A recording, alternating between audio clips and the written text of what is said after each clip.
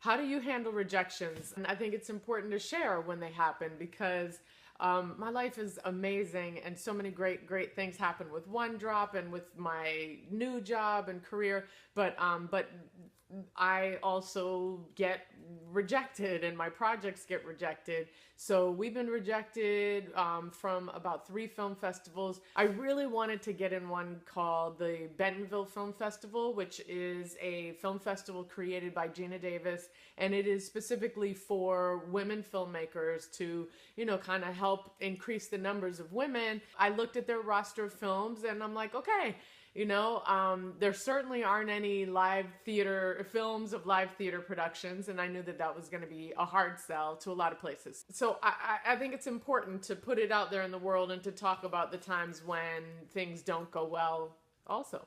April is Sexual Assault Awareness Month, and I didn't know about this until this year, and it's interesting to me that it even came on my radar. I think it was somebody that I follow either on Twitter, and I think it's really important. I was sexually assaulted as a Peace Corps volunteer. I actually share some of that in One Drop, and I think it's incredibly important for all of us, if we're ready spiritually, to share about our experiences, and at the very least to share that it has happened to us, because when you do that, you help other people see that they are not alone. You help other people understand that unfortunately this happens to so many people and there are lots of ways to get help.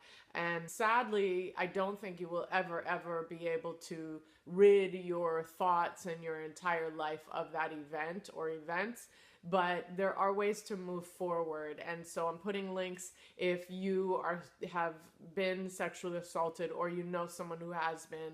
Use the links and reach out and know that you are not alone.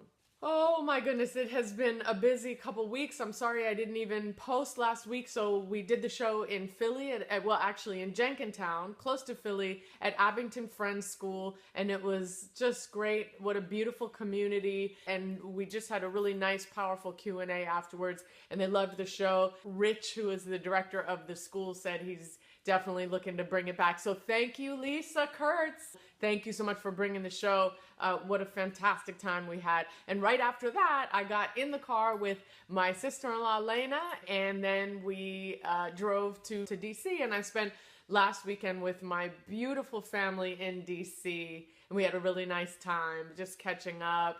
And I got to see my brother's school. He is a principal at a school in Washington, D.C., and it was just great. My job is going really well. So I had a meeting with the authors of the study that came out of USC about representation in films and TV. And I met with Stacy and Catherine, and we met over at Pearl Street and had a great meeting and really talked about some specific goals we can have and changes we can make, and it was really great.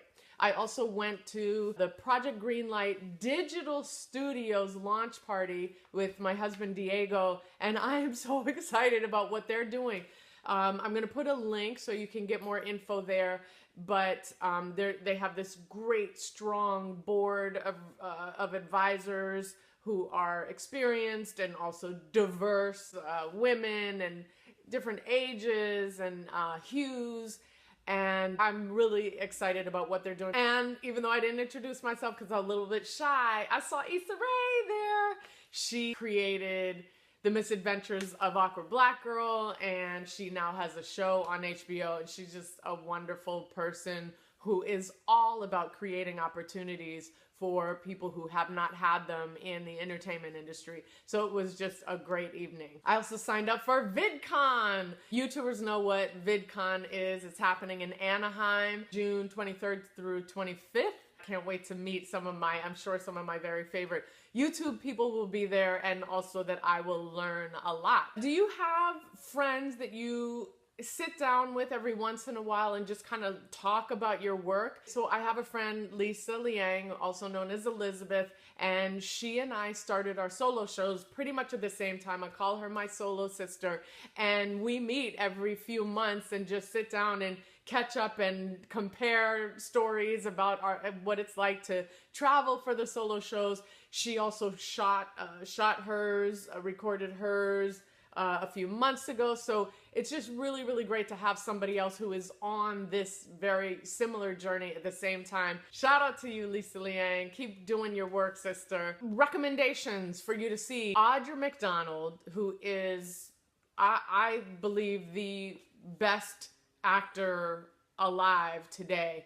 She's incredible. She mostly works in theater. She's on Broadway all the time.